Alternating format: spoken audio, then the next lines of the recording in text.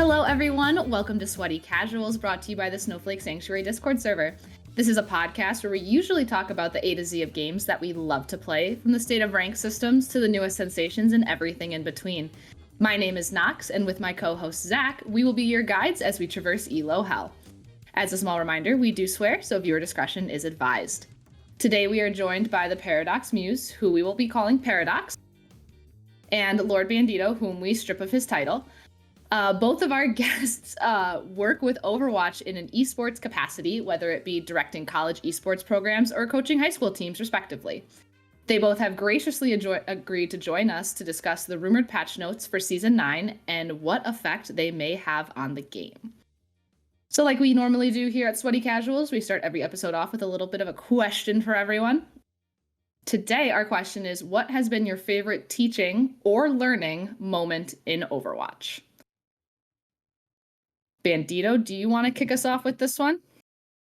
It's difficult to choose just one. I've had a few that were both incredibly aggravating and really rewarding, like back to back. I had like a few strong players, and then the rest of them, I had to reteach the stronger players that turning around is a thing you can do in game. Believe it or not. Double checking on your team to make sure that they're there and that you can continue pushing forward is a little bit important to know. But it's worth it. I'm trying to even think of what I would say. I don't really have much. I was gonna say, from my understanding, most of your coaching is not Overwatch; it's other games. Yes, it's like usually, we end up. Yeah, Tensa's the Overwatch coach for our program, so he does a lot of the coaching there. I do know that I'll go through notes and kind of read through some things, and I know that every time I've talked to some of the Overwatch players, I know when I've done coaching in the past, I try to focus on fundamentals a lot of the time, or really, no, you do need to work on micro movements. You do need to work on macro movements. And with Overwatch, a lot of the players can have some egos, and they feel like if they're playing against a gold team, they can't learn anything. And I'm like, no, you can. You just gotta actually focus on what you can learn from that match. So trying to teach people that, I guess, is a difficult concept for some of these games, and for some reason Overwatch it's more complicated. So. No kidding. Yeah. For sure. Nox? I think for me, I have been playing Overwatch since its conception in different capacities. It wasn't always as serious as I was for a couple of years there at the end of Overwatch 1. But it was a game that I picked up back in 2017, 2016 and slowly learned how to play. And I used to be a bronze console player, really bad. But when I switched over to PC and I started to understand point and click and understand game sense and things like that, that just immediately elevated my game. I think I kind of took for granted the learning process that I went through over the course of 5 years to get good at the game. And I recently, within the last year, introduced a really good friend of mine to the game. And I had tried to teach her kind of how to play. I was able to get her first PC. And we were going through the game. And I think that there was a disconnect. And I was just like, oh, you just do this. You just do that. This makes sense. Why wouldn't... And I think I had to step back and understand that FPS online game shooters aren't something that everybody has just had 5 years to kind of learn on their own and be really bad on their own. And so going through the game with her and understanding a new player perspective of the game when Overwatch 2 came out was really interesting and gave me a new perspective on the game and different ways to look at it, especially as someone who's coming from she loves her Sims, and she was playing Stardew Valley the other day. So FPS shooters are not her forte or her bread and butter. So it was really fun going through it with her. Which is nothing wrong with. No, nothing wrong. Love her to death. Don't think we'll play Overwatch together ever again because we don't either of us play Overwatch anymore. But maybe someday. Maybe someday she'll join us again. Hopefully. God, it is hard to pick one moment. I've had some good fortune just with this Discord server and the people that we play with, and I've gotten asked by a lot of them to be like, hey, can you do a VOD review with me? And I've had just good experiences. We had one actually earlier today, just as a joke. It was like, yep, I'm going to pull up the VOD review. Let's do it. So I'd probably pick that one right now. It was entertaining to just be like, yep, okay, we're going to point at you now. Let's shine the spotlight and tell you how Marissa wants to start on high ground. You've VOD reviewed for me before. I've done it for you. I've done it for a couple of people who've been on the show before, a couple of people who haven't been on the show before. I like doing VOD reviews because you can really get down into the minutia. And I would think, like, correct me if I'm wrong, we're kind of on, especially for our support heroes, we're kind of on the same level in terms of rank. And even just having you look, I still remember it was an Ana game on Route 66. Like, stupid specific, I can remember that. But being able to get somebody else who is at my level with the game, even looking at it, I just remember that was really, really cool. So I mean, even when we play Apex, I do it because I'll make comments like at the end. All three of us will drop, and I'll be like, oh, we should have done this. Yeah. I'd say it's always 50-50 though. Absolutely. Whatever the expression is. With that said, let's get into our discussion for today, which I went and did a lot of research for this. This was found on Reddit. I woke up and found this on Reddit, and had to go track it down. So the Reddit post came from user TruthAboutNS, and it came from the streamer RuPaul, who leaked a bunch of potential patch notes for Season 9 on stream. There's a huge number of them, and there were some issues within the patch notes themselves. So we're going to take all of it with a grain of salt, but we thought it would be a really interesting discussion for us to have. Just as a kind of point out, the patch notes that were leaked on stream listed Bastion's HP as 250, even though it's not. He has 300 in game right now. And there were a couple of little things like that, but for the most part, they had the right starting numbers, and for the most part, they had the right ending numbers. But let's just open it up with why we think Blizzard would want to make big changes to the game as it currently stands. Other than the fact that it's dying? And I think they're grasping at straws Mm-hmm. a little bit. I think there's a general opinion of the player base that something is wrong. Something is wrong with the game. And we haven't put our finger on it. Well, some of us have. Blizzard hasn't. On what is wrong. And I think that they're just throwing stuff at the wall and seeing what sticks. And this season, it seems that they have, if these patch notes are true, and I think prefacing this like we're going to talk as if they are right now, they think that health pool updates tell me that they think time to kill is too low. Off the bat, with everyone getting more HP, but also with everything that they could be doing with this patch, I don't really know. I don't know what they're looking at.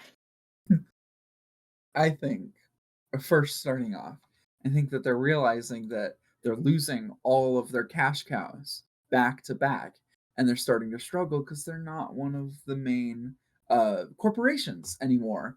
Instead of it being like Activision was really popular, they set the change of games. Now you get maybe like a game that it has to be perfect. If not, we get what was Modern Warfare 3 this year, which is a colossal shit show that everybody collectively decided to ignore. However, I think it's in the past, oh god, it's been 9 years now since Overwatch released. That's 8 years. They've also had Diablo Immortal, which was collectively ignored. Overwatch 2, which is their last breath, in my opinion. Diablo 4, which, as someone who adores the Diablo franchise, it shouldn't have been made. They should have left that alone. And Warcraft Rumble. I have no idea what Warcraft Rumble is, so that should say something. think they're losing all other areas of input for money. So like, okay, Overwatch is making something. So let's do as much as possible to try to get it as what they consider to be perfect so they can make as much money as possible. It's just not going well. It's The always hard. irony being that they just got purchased. You're right. Well, I mean, the other idea too is that, most of their IPs were running okay up until the point in which they were purchased. Okay, right? COD and Activision, like that's their bread and butter. COD has actually continued to grow even after all of this crap that's going on with Blizzard. That, the COD scene, they've actually had some of their best years in the most recent one, the Boston Major that actually took place like 2 weeks ago. That was one of the most well-attended majors of the year so far, just based on those stats, right? But Overwatch player count is way down based on, again, Blizzard will never release to us their actual player data. But we can actually see some of the player data based on like third-party apps, right? That's actually how most people look at Hearthstone, as I'm going to try and pigeonhole the games that I really like in here. I love Hearthstone, for those that may or may not know. It is my casual game. Like if I'm sitting in a meeting, I'm probably playing a game of Hearthstone. Probably shouldn't admit that, but let's be real. With Hearthstone though, like you can see the charts, like based on Firestone or like any of the third party ones that are deck trackers, etc. And the numbers have just continually gone down. Every single year, the numbers have gone down. The number of people that are buying pre-orders and all of this stuff, it just goes down, down, down, down, down. Right? Overwatch is no different. They're trying to revitalize the game. And the approach is interesting, but they're not taking groundbreaking approaches to try and either bring back their old players or make new players interested in the game. And that's going to be problematic because they're going to see all these changes and be like, look, we're doing everything that we can to make these changes and people still aren't coming. And it's not a good sign. It's definitely not a good sign. No. So let's we'll recap because we've already started touching on it. Let's just recap generally what the patch notes are. I've made sure everybody on the show here has a copy of them, so when we get into nitty-gritty things and we want to poke at things, we can. But let's just start with projectiles and hit scan items. So basically everybody's actual hitbox that they fire will be larger to some small extent. Projectiles will also be faster, depending on which ones they are. Alt costs are going to go up by 10%, and there's going to be a new global passive. All heroes are going to gain 20 HP per second after 5 seconds of receiving no damage. That's a little bit different for some roles, so it's halved for supports because they're not going to have their own kind of passive anymore. So they're still going to have it. It's going to be slightly slower, but they'll still have a little bit of a boost there. And damage is also going to receive a nerf to the amount of healing they get if they deal damage. Most heroes, in addition to that, are going to gain an additional 50 XP. There's some exceptions. Widowmaker, Tracer, and Lifeweaver are only getting 25. And then the tanks are getting anywhere from 0 HP to 100 HP, give and take. Pharah is getting a full rework. Lots of changes there. And then there's the usual minor changes. Some things like Doom's getting a damage increase. Genji's Dragon Blade is getting a damage increase, but kind of indirectly. Where do we want to start unpacking that? We probably should start with the health pools. I do also want to add something really quick because I know so in preparation for this, I did reach out to Tensa and I said, Tensa, what are your thoughts? Right? Beautiful. Yeah, right. Like that's use my resources, right? Like go in blind. Yeah, that sounds like a good idea. And he actually mentioned two things that you didn't put on this on our notes and everything. Great. There's now a new rank above GM that's going to be coming in. Okay. That is from Rupal's stream, apparently. Okay. What is that there? I do not know. And it just talked about having a new rank above GM, right? And so that it sounds like it's going to be like very similar to challengers in League of Legends, where again it is like you have to get into that rank and then you end up just being on the leaderboard in that rank. And so this way here it kind of divides it. And there's also battle pass updates It sounds like, where they're removing some of the bland items and making it easier to get XP for the battle pass. I mean, the battle pass is, I think we can probably all be on the same page. That was always a way for them to monetize things that were already Yes. in the game, not. Which, again, if you're trying to get the new generation of gamers, the new generation of gamers really understand battle passes, right? I hate to say it, but I feel like we're all in that like millennial / maybe early Gen Z in here, right? No, it's just you and me. Oh, that makes me sad. I'm early Anyways, Gen Z.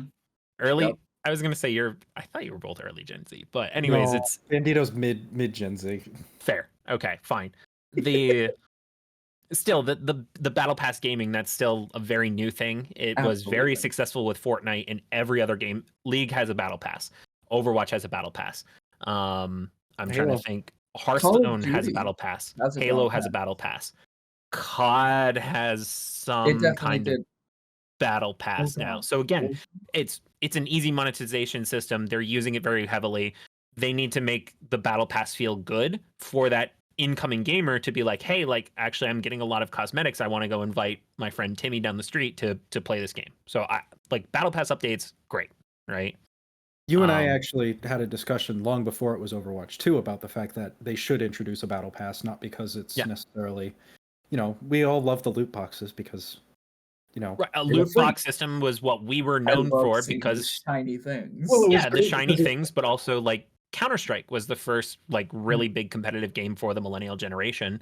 And what did it use? It used loot boxes, and it was highly successful. Well, Pokemon, you and I talked about how the fact that it was free and you could Yep. earn every single cosmetic in the game was awesome. That was a Yep. thing that we as players loved. But we also had the acknowledgement of the game's not making any money because once you put your $30 in, you never have to spend another dime on the game.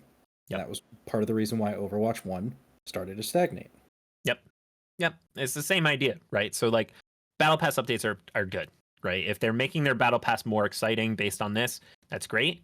The really quick thing that I have on the rank system too, what did he put as well?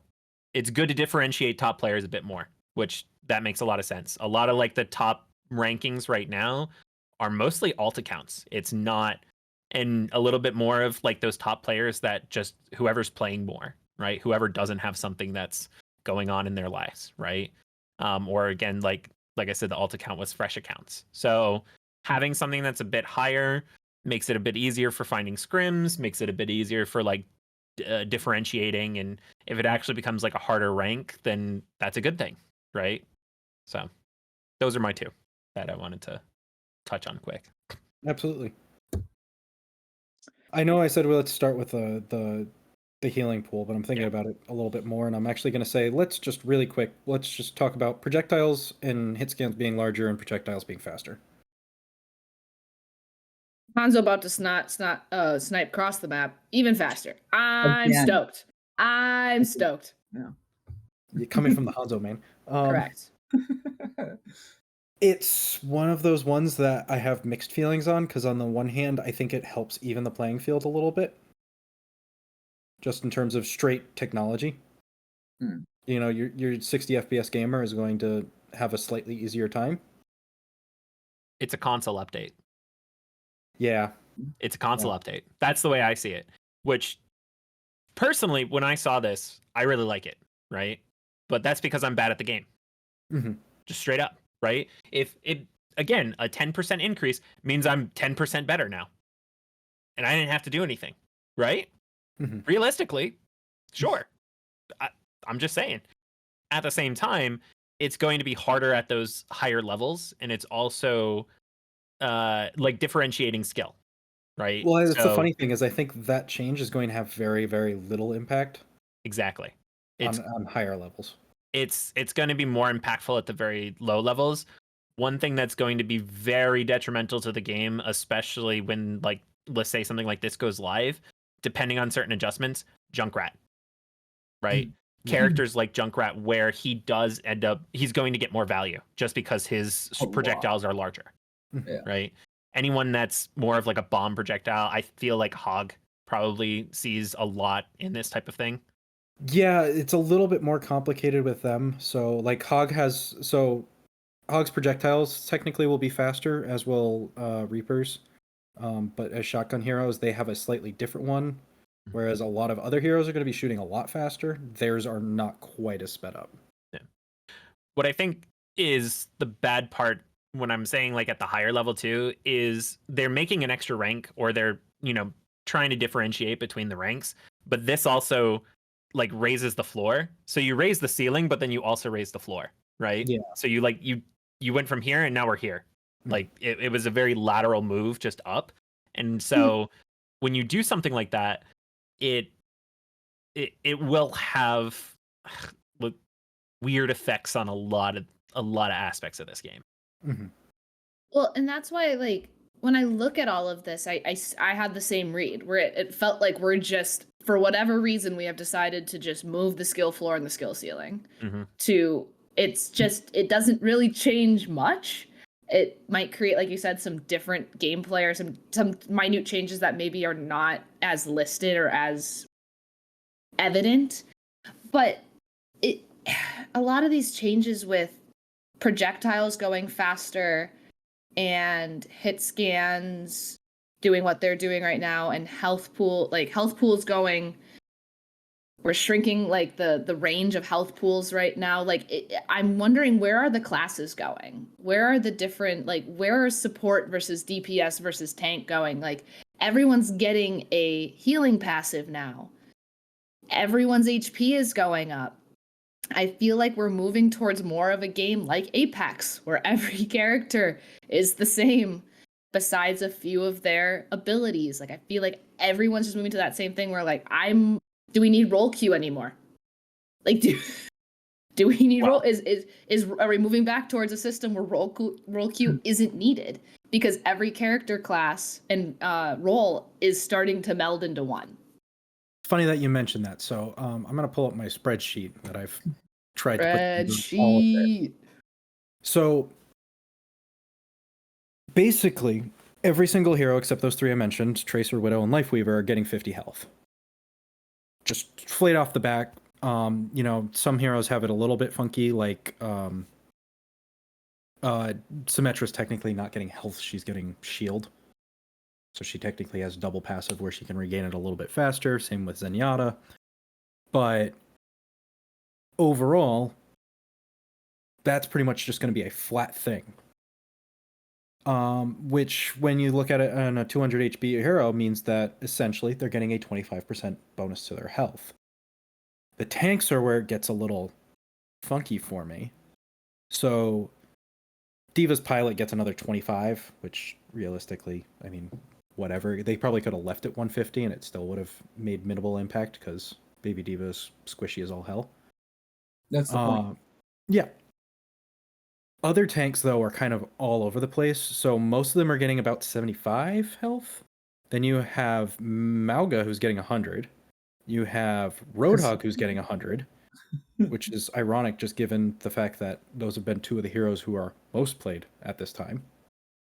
They seem to be the ones I'm coming across. Actually, Mauga less. I have a feeling he's getting 100 just to try and put him back in the spotlight a little bit, because he's been less played since he got nerfed a patch ago. But then Zarya, Doomfist, and Junker Queen aren't getting any additional health. Zarya, I see the reason why. I'm curious what y'all's thoughts are, though, on that. Zarya is just a DPS now. Yeah. I mean, she kind of has been for the most part. Yeah. Like, that's what you ran her as in Overwatch 1. I don't think she ever moved from, what was it, backup tank? Off tank. No, off tank. It's been a minute. Come on, it hasn't been that long. It's been a minute. The irony being, I think the reason why she isn't getting touched is, one, she's a little bit different than every other tank because she actually has invulnerability. Mm-hmm. No other tank has that. Like, who else can do that in some capacity? You have Kiri, which is what, a 14-second cooldown with Suzu?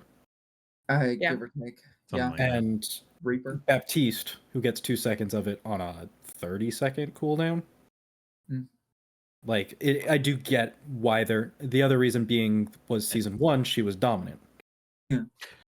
You either, again, with the like from the move from Overwatch 1 to Overwatch 2, they didn't handle it very well with the off tanks and the main tanks. Like it doesn't make any sense. Where again, if you're going to move to a single tank system, they need to do both, or everybody needs to become one of the two systems. And the best way to do it, because there's one tank, is everybody becomes a main tank, and they didn't do that, right?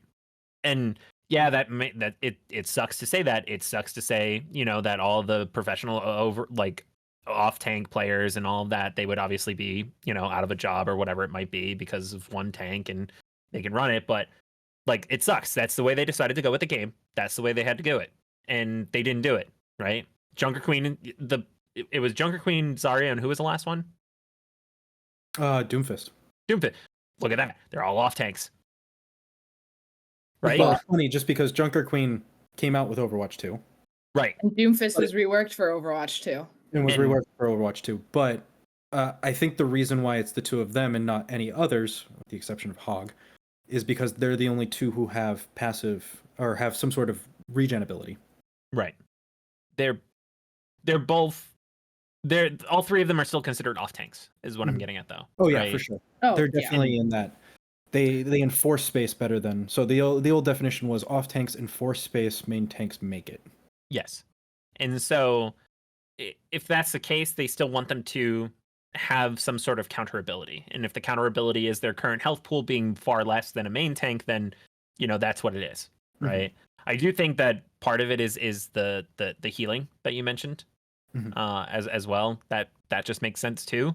They're making the counterplay a bit more defined for those individual characters. So, the health piece, I think, is more important for some of the squishier characters, especially the supports and some of the DPS. Definitely.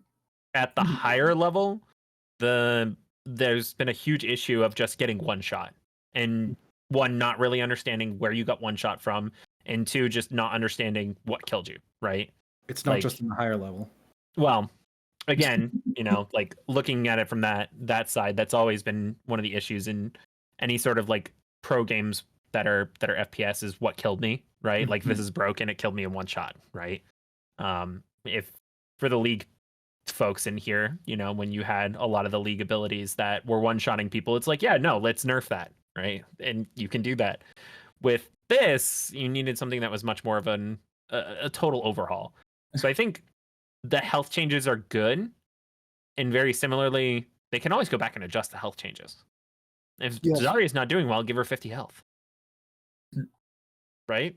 I do find it really interesting that they've decided to go this route and not a flat, hey, we're going to multiply everybody's damage by 0.75. And they individually chose for each person? Yeah, well, I mean, some of the changes, like, I understand why they didn't want to give Widow another 50. Because they've already had, her health has been moved multiple times over. And speaking of Widow, like, how much has her damage changed with this? It changed a bunch a couple patches ago because people have been frustrated with one-shots, and they went and nerfed it. It's just ironic that they went and nerfed hers and claim that they nerfed Hanzo's. Right. So again, you still have three characters that their entire kit are basically built around one-shotting.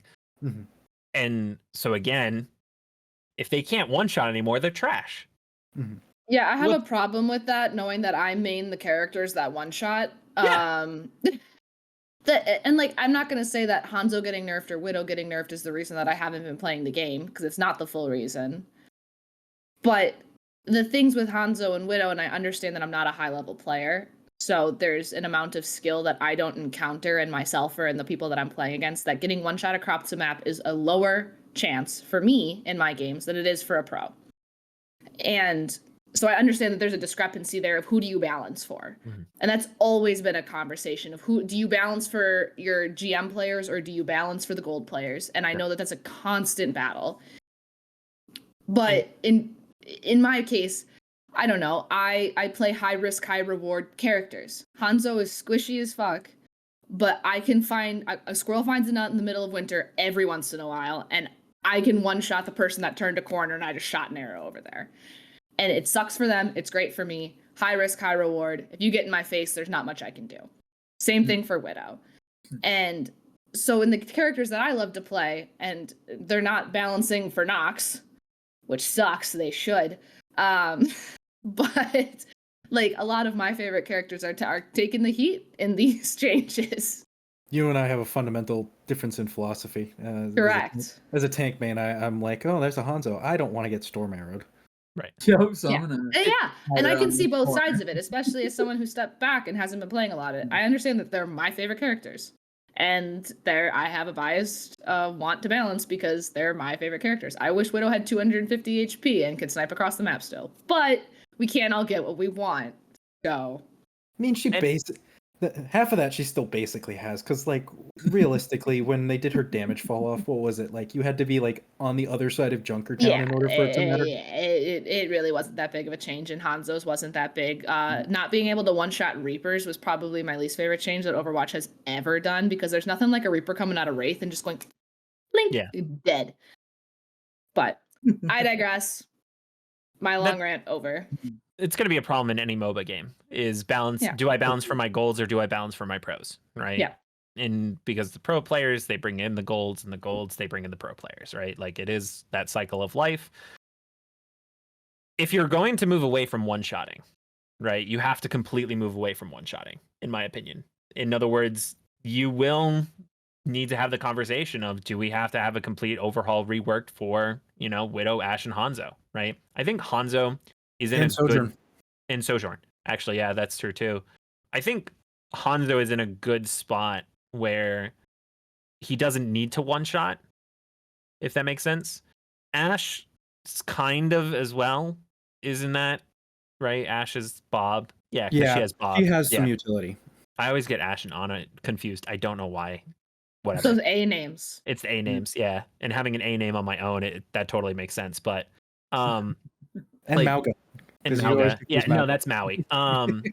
Still, to me. That's Maui. I'm sorry.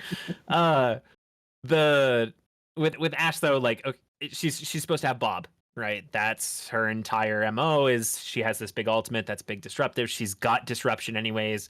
Hanzo, you already mentioned it, his arrow flurry, melting tanks and everything. It's Widow, and even Sojourn could probably get away with it. She's got the little E, the field. She does, like the one shot. Scary. Her kit is scary. Like, she has a good kit, and she has a high lot mobility. of utility. She has one shot potential. She's got area of denial, which, like, tell me another hero who has quite that much utility. So she's a tank, a DPS, and a support character wrapped into one. That's crazy. Yeah, right. Yeah. And if she's losing her one shot, is that really a bad thing? Widow is the one that losing the one shot ability, that's going to affect her a lot. Just this increased health pool is like Rise of Junkrat, Fall of Widow. Please, still Rise of Junkrat. I can't Rise of Junkrat. In my eyes, that's phenomenal. Please. That's my dream right there. Because in case you haven't realized, first, I have given up Overwatch starting the day we're recording this. It has been 2 months and a single day since I have given up Overwatch. However, now that I'm starting to lead my own team through esports and ELO hell, I'm going to have to start picking it up so I can better understand how the new meta is working against them. I play Reinhardt, Junkrat, Symmetra. I go through like Moira and Mercy constantly. So for me, this is going to be phenomenal. My living rate is going to go through the fucking roof, and I won't really have to care anymore about getting one shot halfway across the map. So I can kind of just play however I want to play. Favorite to one shot across the map. Yeah, but see, now I don't have to care. No, that's just because it's Bandito. Correct. I still remember anecdotally, I played a Junkrat game. I moved my cursor, I pointed it straight up, I held left click, and I had gold damage that game. Yeah, it's phenomenal. However, stupid. On the opposite side of that, a good Junkrat is impossible to kill. Yeah. He's going to get to halfway across the map, Because he has it lined up, ready to go. He knows You want what to he's know doing. what kills the good Junkrat? A Hanzo arrow. Please. Yeah, the storm arrow that bounces around a corner. Bring back scatter arrow. Oh God, no. So I think the biggest thing that I see just off the bat with the health pool changes is I've went and taken these and I've made this big spreadsheet, and the interesting number has been the percentage change. So overall, tanks are getting less health, and the only winner I really see in most of it is actually Ramatra. Yeah. Because his Omnic form gets a lot less squishy.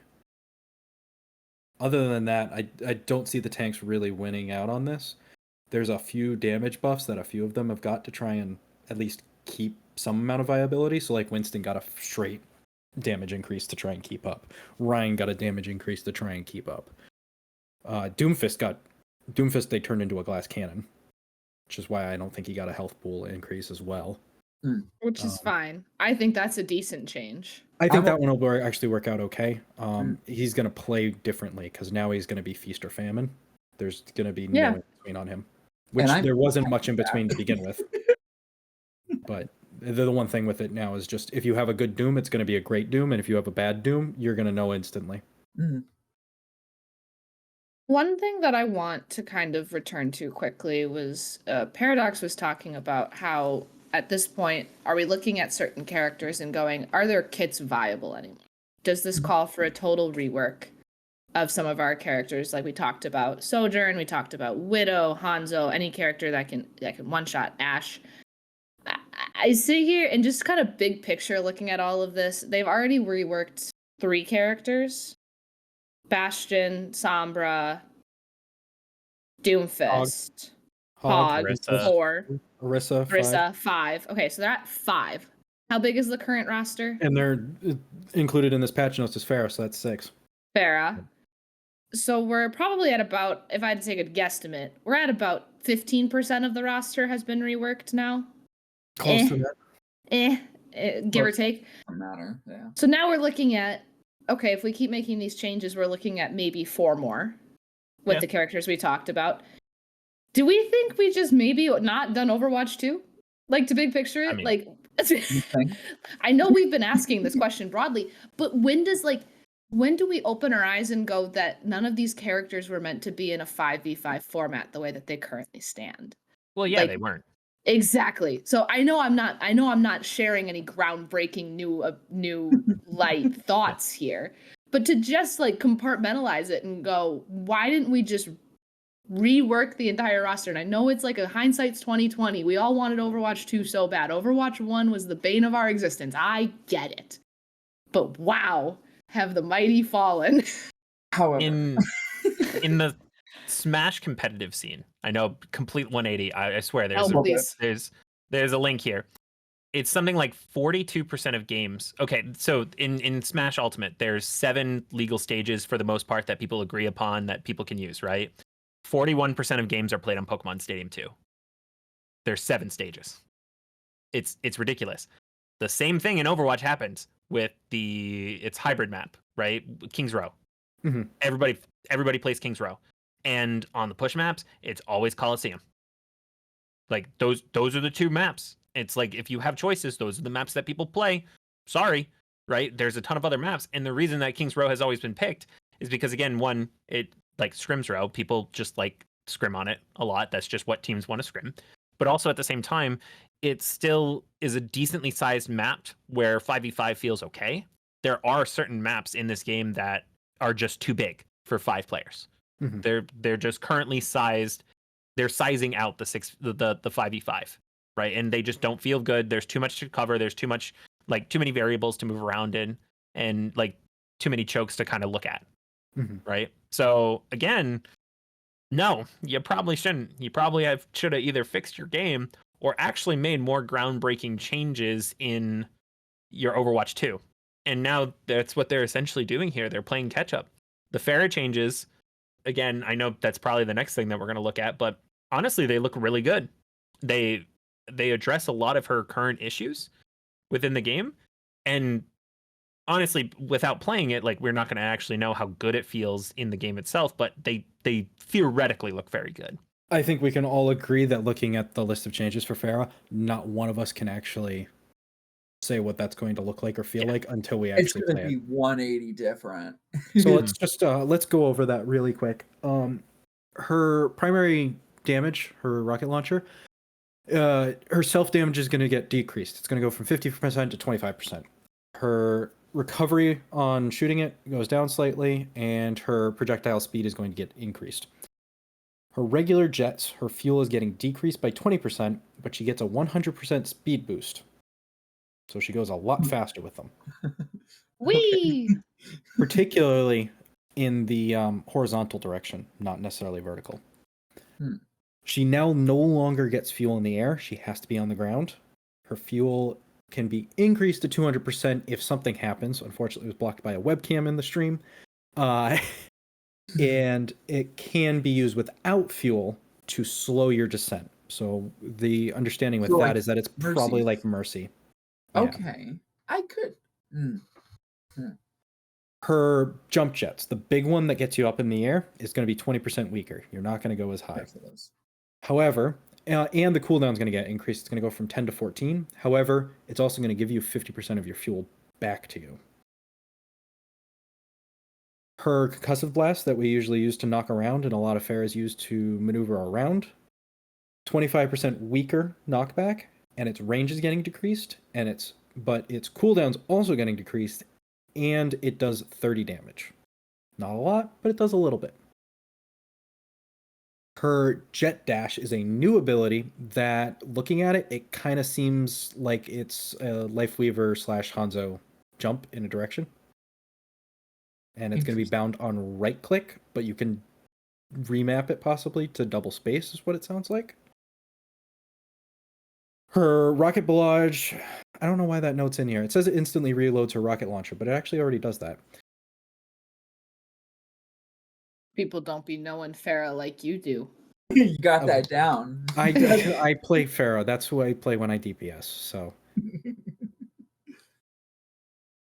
It's a lot of changes. So it's definitely stemming from the complaints around pharmacy and how difficult that comp can be to deal with. You know, a lot of us are still in the elos where that is can be a really difficult thing.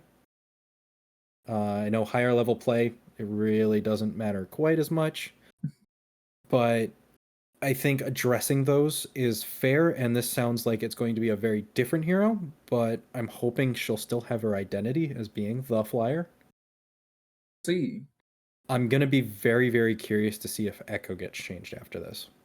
I don't think Echo will be changed too much because, again, besides release Echo, there hasn't been that many complaints about the character. I don't think so. Not nearly as many. Not nearly as many. Echo's such a like low skill floor, high skill ceiling character that I feel like the good ones are hard to deal with, but the ones that, like, people who are just picking up Echo out of some random day are not going to be very good at the character. Whereas I feel like if people just pick up Pharah, like, while you don't know her kit inside and out, you can be good at her fairly quickly. Whereas I know I've tried to pick up Echo, and that is a not super easy character to just pick up and learn on the fly. No, and I think a lot of that just has to do with her ult. I mean, you basically have to know every hero's kit in some capacity in order to use her ult effectively. I think it's her primary fire. I think her primary fire combined with her flying is incredibly difficult. That's fair. Being able to just sit up above everybody and pick down one at a time. Because Pharah's is forgiving in the way that her primary fire has an amount of explosion damage. So even if you don't hit someone directly, you're still doing something. Whereas Echo, if a character could be right here, and you could, if Pharah hits right here, she's doing damage. But if Echo hits right here, she's not doing jack shit. No, that's fair. But so I would agree. I don't think they touch Echo right now. I'm just curious if the mentality is we want to get rid of. Absolutely. Flyers, Absolutely. there would be an argument to be made there. That said, Echo has never been able to fly infinitely. Yeah. At least to my knowledge. Unless Maybe you it start her was. on a high ground, hit Skybox and maybe Yeah, but coast for a while. It's not Even then, I think you're going to lose altitude over time. There's Yeah. a limit. For Pharah, there is a tech where you can just Oh, yeah. never touch the ground. Do it all the time. The thing though with Pharah though, her identity has been tied to that fact for so long. Like she has been the flyer, and when she was released, she couldn't do it. It only came. It was decently well into the game that she actually got the ability to fly infinitely, and even then, it's still not easy. It takes time. No. Thought. A newbie can't just figure out how to fly infinitely on her. That's a skill and It a takes timing time. thing that you learn about Yep. as you go. So I'm very, very curious to these changes. I want to. If you look at the higher level Pharah plays, they're built around the fact that she's a good flanker because her time to kill is so low, which Echo's is also low, but she wants to kind of get in, do damage, get out, and I feel like this definitely facilitates that playstyle and disincentivizes the artillery Pharah. Mm-hmm. The Junkrat Pharah, if you will. Mm-hmm. Ow. Don't care. Cry. Womp womp. Artillery Pharah has a time and a place, but I think this will definitely de-incentivize it. Incentivize it. And I think that it will at least make her more fair to play against, in the very least. I think it'll be good. I'm curious to see this one. Mm-hmm. I actually haven't hated any of the reworks. I think regardless, it's going to be a damn interesting time. Because either way... Sombra and Hog have not rubbed me well the right way. Hold on, I want to look at them specifically then. You said Sombra and Hog. Mm-hmm. Granted, those are ones that have already been in the game. Yeah. Yeah, but their reworks in particular have rubbed me wrong. I haven't really played since Hogs, so I can't really have a hard opinion on that one. So to recap for you then, Sombra got the virus. Yeah. Been my issue with it. And on the one hand, I think the health pool changes will help. But right now, it's pretty rough. The fact that she can deal 100 damage, and it's over time, but it's not that long. No, it can be quick.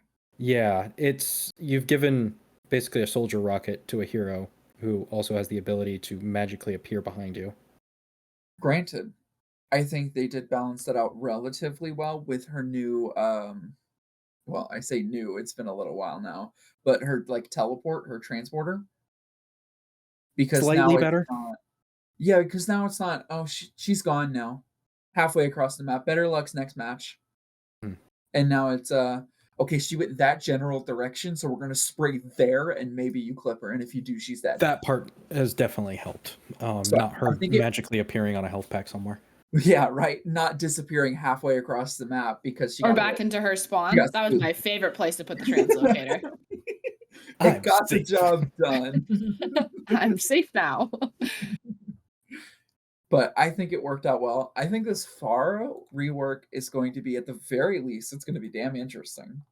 But other than that, I don't really think it's going to be game breaking. I don't think it'll give us as much issues as it seems. Because from what I've seen in matches, there aren't as many flyers alone compared to when I played. Like when I played, it was maybe 1 in 5 games that you'd get at least one, whether good or bad. Now, I think a lot of that is stemmed from the change to 5v5. Yep, it's less. You don't have a spare character to just throw in there. Mm-hmm. Nox, for your knowledge as well, Hog's rework, he got a pig pen, which is so like a mine that he throws out. Yeah, just kidding. I did play a couple of days with it. The mine was weird. Didn't like it. It's a little weird. It's a little rough. My personal issue with it is that they gave him his one shot back. Yep. Essentially. Oh yeah, they can set it up as a one shot. Gross. Yeah, because it also slows you down, so you get stuck in it. Womp womp. For all Overwatch players. Yeah, it's one of those ones that, like, I think it would have been fine if they reduced his damage on his scrap gun. Yeah. If only. But for some let's be reason they were honest. like, you know what? Let's keep the one-shot combo, basically. Hog was Oh, uh-oh. Almost. weak. Damn it. Hog was weak for like 6 months. If It was that. 6 months of bliss. Please bring it back. I'm just Delete saying. the character. It was Delete the so save nice. files. Exit. Get him out. Why is he here? Why No, it's is he gonna- still here? It's gonna be This like is the that annoying kid at the coconut. party that you didn't invite but figured out where the party was anyway. He should have left a long time ago. No, I bet you it's one of those like Team Fortress 2 has a Oh. coconut profile picture that if it's removed, the game doesn't work. That's what Roadhog is. And it's ironic Nice. because If most he's of their removed, newer the game just doesn't work anymore. it's ironic just because most of their newer tank designs seem to go more towards Hog and what Hog does. Should say something. They picked their favorites. Who was the last barrier tank? They're they not ours. It's not a brawl character, I'll tell you that. Sigma would have been the last barrier tank, got? Yeah, If in that. Overwatch 1. if that, on Overwatch 1. I think the other piece that you haven't necessarily seen flyers is because, especially in the like platinum, we'll say diamond plus lobbies, typically just they'd get one shot. Like the tracking, like the differentiation between, you know, like old diamond, old Overwatch 1 diamond. I'm not talking about. So sorry, we'll go masters. Okay. Mhm. Masters above right now is that you eventually basically get decent enough at tracking, and you know, you'd start doing Kovacs and aim trainers and all these other things, and you know, you actually can track the Pharah in the sky and shoot her out in just one shot. And you know, because when we used to play a lot of times, I would never pick Pharah because we'd get some sort of pub in our lobby or pub in our quick play that was GM, and I'd be like, "Oh, this is fun. I'm dead." Right? Like Yeah. just get shot right out. You Yeah, know? it's crazy. There's no cover in the sky. Yeah. Yeah. Nope. Right. Insane. Crazy, right? But at the same time, Crazy. That was crazy once. Please. you know, Pharah is a very fun character. The flying characters are very fun in the game, but they're polarizing because again, they're bad at the high level and very good at the low level. Because the low level can't shoot, and the upper level, well, you're just gonna get shot out of the sky immediately. So maybe with the HP changes, damage changes, you probably might see some rise of some flyers just as some sort of disruption. Again, the E now deals damage on Pharah. Yeah. It's not just a Still disruption have tool. less It is mobility, though. Which I So have it'll mixed be a feelings on. balance. Is On the that why one they hand- decreased her self damage? Because you can use No. your disruptor shot as the concussive blast you can use as a movement tech, right? That is a big That is- movement tech. It's yeah. like most of how you play Pharah well, because Yep. it's how you can say, I need to be over there, I'm going to shoot this at my foot and be on the other side of the map as Right. quickly as humanly possible. So it's gonna do what? It's still going to do that. It's just If you can't do it as 5, fast. It's gonna be 7 much- damage? It's It gonna does, do like, damage 30. to There's her. also the knock. It's gonna do But it it's not 25 but it's fast. 25% of her 25% Yeah, of well, 30, so it's That's gonna be for her 7. main weapon. It doesn't say whether or not her new one is Oh, going that's to do fair. damage to her. That's fair. I thought maybe they decreased the self damage because now that does damage and it Well, didn't it No, also the bigger shoots thing is it's not going to do knockback. as much knockback. So Okay. I have a feeling that you're not going to be able to use that tech as much or as well. It won't be as comparable. Okay. I'd but be they've curious given to her a see if it different does ability. damage. Yeah, yeah, that's going to be interesting. Because you're sacrificing 7 HP, so it isn't a huge deal. But when you look at, who knows if Blizzard has looked at breakpoints for how much damage you need to kill a character in one clip of your ammo, because it doesn't seem like they do that kind of testing. I don't know. I don't work there. Maybe I should. Even though it's numbers based. Sure. Quote, Yep. quote. Yep. I feel like we've done more research and more with spreadsheets than Blizzard has in the last 5 years with this episode, but but you wonder where does, like, they talk about, I don't know if breakpoint's the right term. I can't remember what it is, but like it's the reason that people have certain HP pools. Does that start to it would play be with breakpoints. hers? And like, where does that start to play in? Because I don't think they look at these things. And you know what, Blizzard, if you do, send me an email. Prove me wrong. I want you to. If only. Or just put out a blog post. You guys are really good at that now. Can we actually have some evidence as to what we're doing? I love listening to Aaron Keller talk, but his overly cheery disposition is going to drive me nuts if the game continues to suck. So, Come back, Jeff. He's not coming back. He's not. No. Aaron, you seem like a very nice man. I think you're in a very difficult position. I think you're great. Please, Overwatch team, give us numbers. Please. Just touch on damage. So now damage is going to, as a role, damage is going to receive less healing for some amount of time when they've dealt damage. The argument that I've heard why this has come into existence is specifically to punish strats their DPS in particular get pocketed really heavily. So, Like you have your Mercy who just connects a beam up and doesn't do anything else. Sits in just a corner. Turns a DPS into another tank. Yeah. Say goodbye to support ults. Some. Yeah. I think it's an interesting Have change fun because on the playing one hand, I Mercy. think it has merit. On the other hand, I think it's going to be a nightmare to balance. Yeah, absolutely.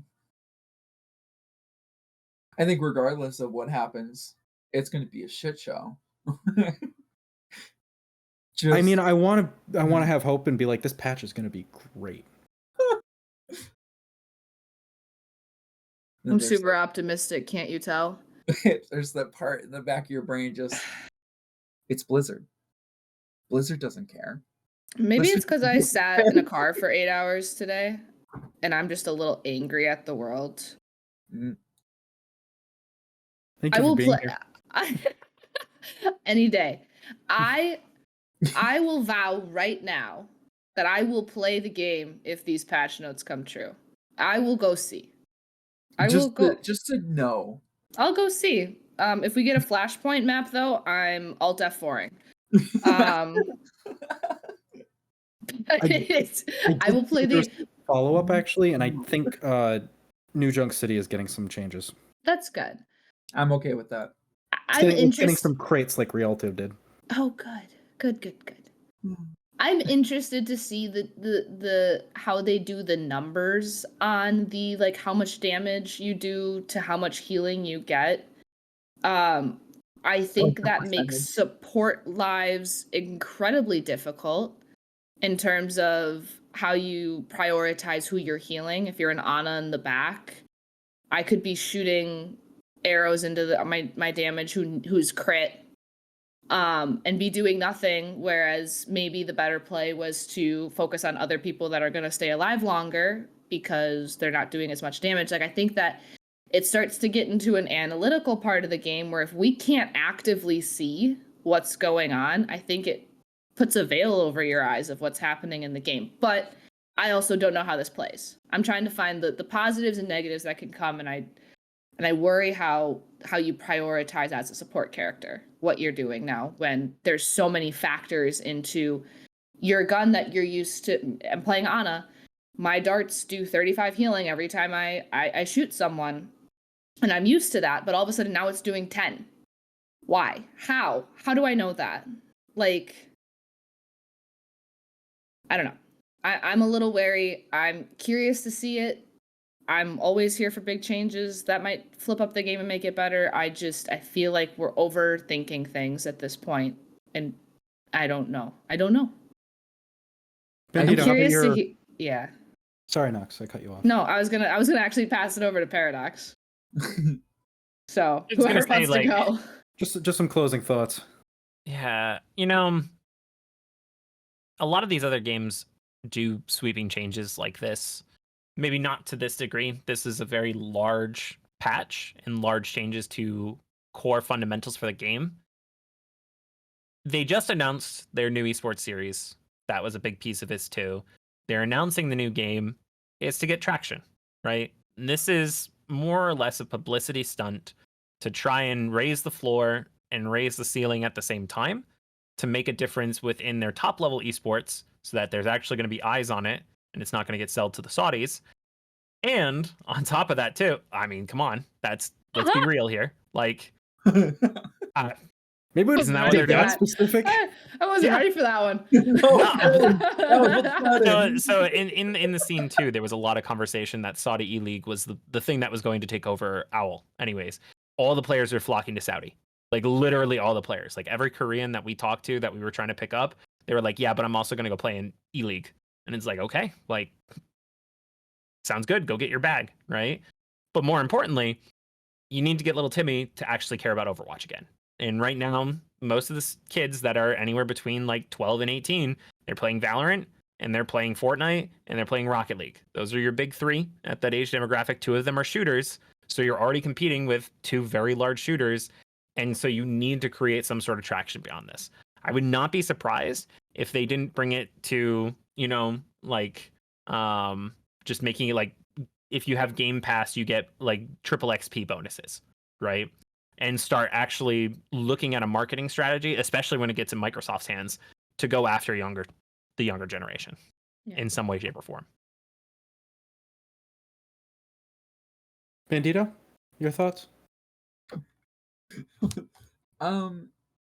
So I've made my opinion on this game very clear. All the time, consistently.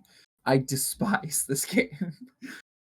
But I can't keep myself from it to the point where it's become a big deal that I've stopped playing for 2 months.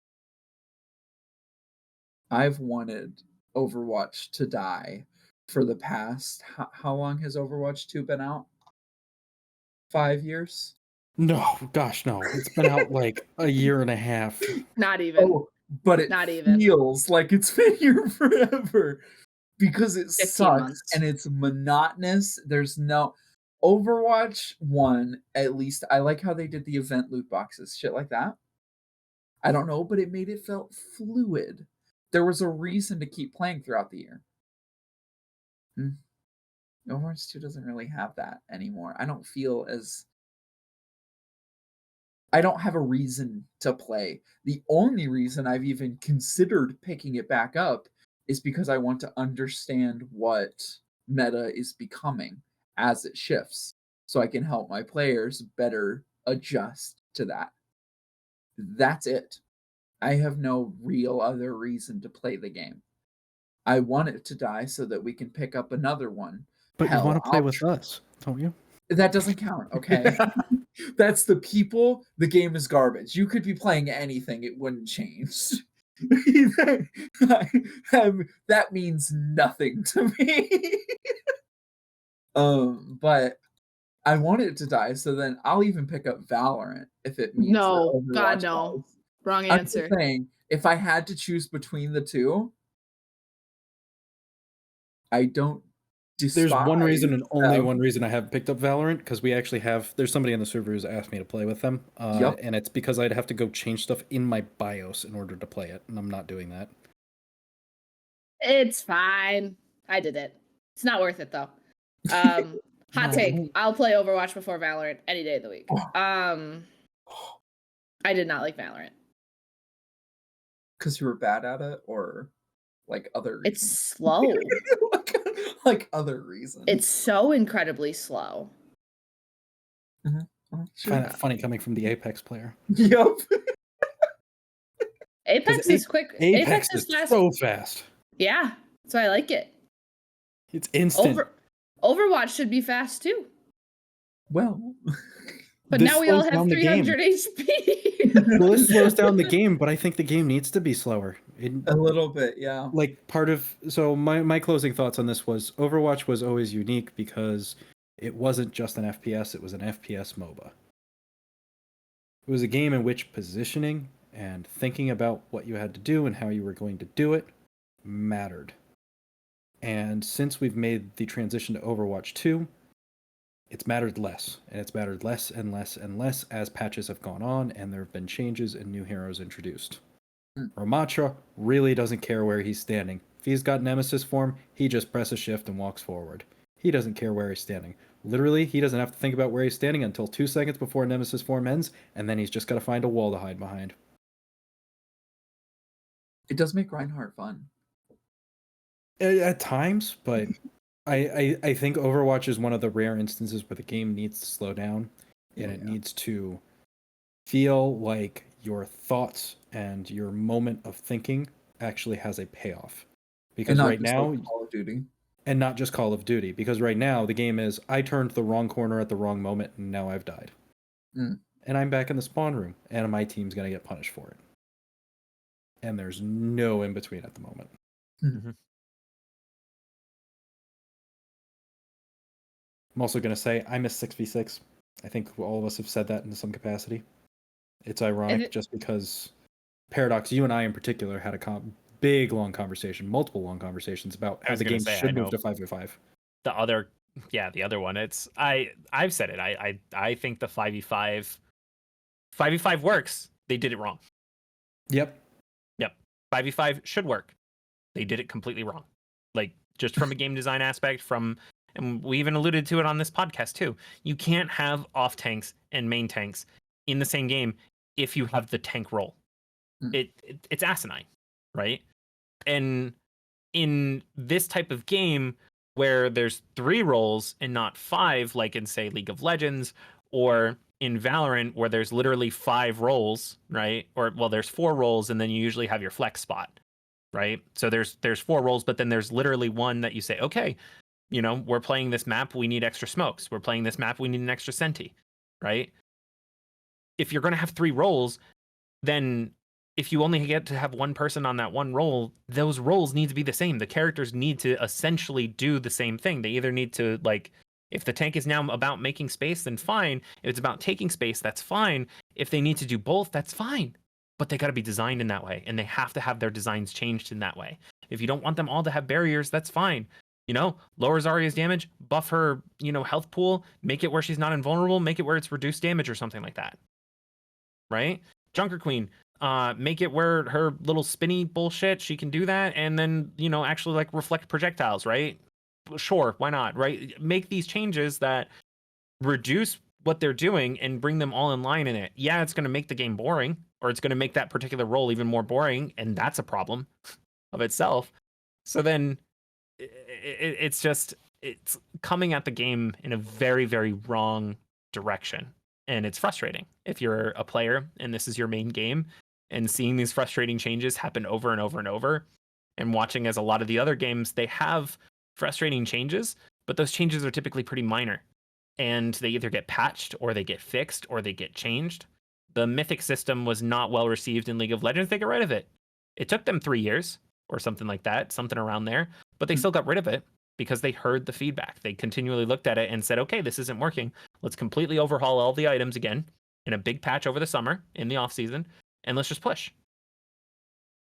But Overwatch has yet to do that in the past 5 years since, the basically collapse of Overwatch 1.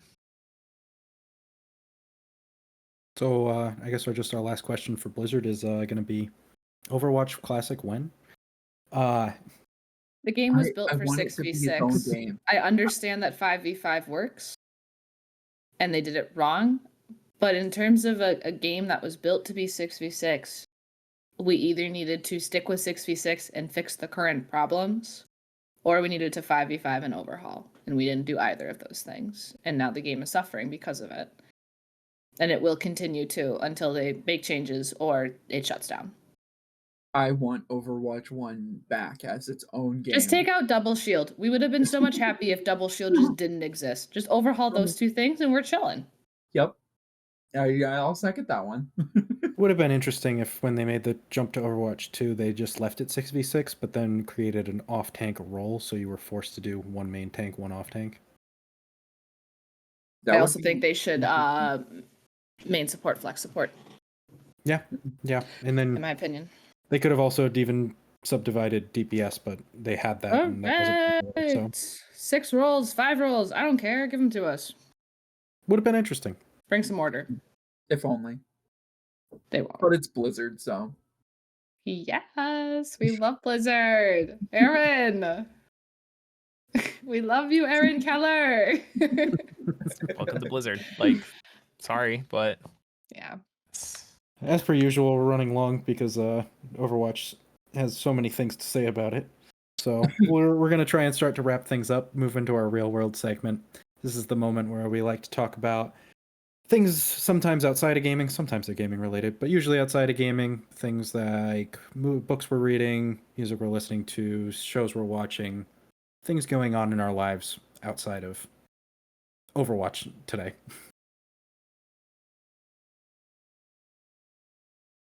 Nox, you look like you have thoughts. I don't actually, none. That's the problem. I spent 8 hours in a car today. I'm very tired. I'd like to spend my real world segment because I have no new books to share at this time. Brother, I've been writing them down. Come on. I have no new books right now. I'm still doing the tandem read. It's a monster. I'm going to use my real world time to extend the most sincere apology for my attitude tonight. I was out of it. Blizzard, I don't hate you, but you need to get your shit together. Read SJ. What? I've enjoyed the attitude. Good. I'm glad someone has. PSA, read Sarah J. Maas. Rebecca, hot take, Rebecca Yarros hasn't had a unique thought in her entire life. Those who get it will get it. Bandito, to you. So glad that on the YouTube I actually tagged Sarah J. Maas. Yeah, that was a cluster bomb right there. It's a lot of stuff. Let me collect myself for a moment. Some random person's gonna come in and watch this podcast and be like, whoa. Yeah, right? All right, so first, I have been replaying God of War Ragnarok because I'm extra and they released Valhalla. So, of course, I had to 100% the game so that I got everything for it. In case you're curious, it's 100% worth it. Every second of it. Every second of it. It's phenomenal. It should have won Game of the Year. I'll argue about that later. To build up on Nox's comment from earlier, I actively despise Blizzard. Please stop working. Just give the company fully to Activision and quit. Give it up. You're done. Final. Long, soldier. Womp womp. You did your best. Guess what? You got one Game of the Year title, and that's going to solidify you forever. So let it die. You've won. Take it and leave. Jesus. You won. Congratulations. Get the hell out. What do you got going on? So, as I always struggle with these segments because my job is, gaming, but we can talk about Pal World. So, put about 40 hours into that game. I think I'm like level 30 right now. My Anubises are doing well. I need to alt tab and look at that at some point. So, pretty sure they're doing all right. But that game's really fun, and I have been excited with that game and played way too much, especially on release. I remember I didn't get too much into the hype too. It was like a week before, and I saw the stuff, and it was Pokemon with guns, as everyone's been talking about, and I was like, yeah, that sounds really funny. All right, we're gonna get this as soon as it comes out. Play a bunch of it. It's really good, and so I've been playing way too much of that, honestly. So we do actually we've had some private discussions about possibly doing an episode of the podcast on that, particularly around the controversies that have been surrounding Pokemon with guns, quote unquote. No, I just want to talk about my new servants. They're all really cute, and I feed them very well. Literally right before this, Nox bought the game and started playing, and I'm like, yeah, you do this, you do that, you do this, you do that. Oh, press E, press F, And I've got some cute chickens. Have fun planting with the gameplay seeds loop for me. It's a good addiction, but no, And the cat is being moody, but it's fine. There are no child labor laws, so yeah, correct. Got that down.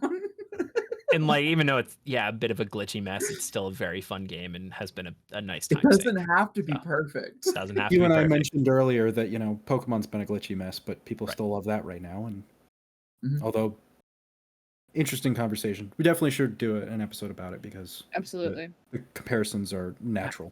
Speaking of Pokemon, have you seen the with the DLC and how you can be a Pokemon in the DLC? I actually saw that earlier. For people who are into that sphere of influence or want to be in that sphere of influence, there's a great guy named what the heck is his name on YouTube? Purplecliff. Purplecliff does some really great stuff. He actually blew up because he was doing Pokemon Nuzlocke on TikTok, of all things. But he was doing Prop Hunt. Yes. In the new DLC. And literally, that's why I kind of brought that up, is because, again, the speeds are just wrong in all the Pokemon. they're not the actual like speed stats of the Pokemon. Like certain speedy Pokemon are not actually speedy in that, and then other ones are like Vroom is the fastest one for some reason, and it's like, why?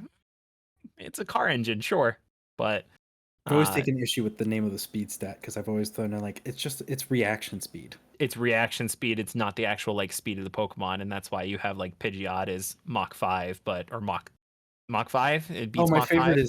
My favorite is Rayquaza. Rayquaza's speed is 1 point lower than Perugly's, but Rayquaza is listed as being faster than a jet plane. Ah, yes, of course. So yes, the fat cat. Yeah, is faster than yeah, exactly. So again, yeah, Pokemon speeds don't make sense, but again, the like that type of gameplay is really interesting in looking at it and still having like that open world aspect, and eventually seeing if Pokemon's going to, their reaction to Pal World will be very interesting, and that's something that we can talk about on a later date. Yeah, we really probably should talk about doing that because I ended up doing a minor deep dive on Japanese copyright law. It gets way more interesting. There's a lot more going on there than even I expected. Excellent. As for what the heck's going on in my life, oh gosh, what have I been up to? I reopened Halo MCC recently. I don't have much going on other than video games apparently either. So I started a long time ago. I was like, I'm going to go do Halo 2 Lone Wolf, which is where you go do it legendary by yourself and fight through the entire thing. It's an awful slog. Even people who like doing the legendary campaigns have some pretty strong comments on the Halo 2 legendary because it is just a rough game to play through. There's a lot of damage count breakpoints that don't really make a lot of sense. So I was stuck in one room on the first level for over 2 hours. Once I got past that, I started doing a lot better.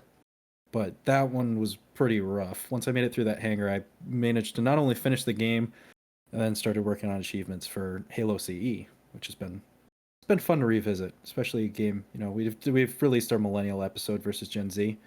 So Halo 1 came out in 2000. I would have been still in elementary school, but I remember playing that, and it's fun to go back and just see how things have changed. Fun to go back to a game where you can't sprint. Yeah. That would drive me nuts. Oh, it drives me nuts all the time. All the time. Replaying some old games that, like, it's bad. Like, replaying the original Pokemon. I know we've talked about Pokemon ad nauseum at this point, and I feel bad when other people aren't into it, but playing the old ones without running shoes. What? Yeah. Not me. It is ironic just how many games now. Like if anybody watches Pokemon content and they're like, "Oh yeah, we're playing a modded Pokemon." First thing it's modded in running shoes. Yeah, in any of the games, it's crazy. So, well, on that note, not to cut off the Pokemon talk, but go ahead. All right. Thank you to everyone for joining us tonight. We hope you have enjoyed our discussion.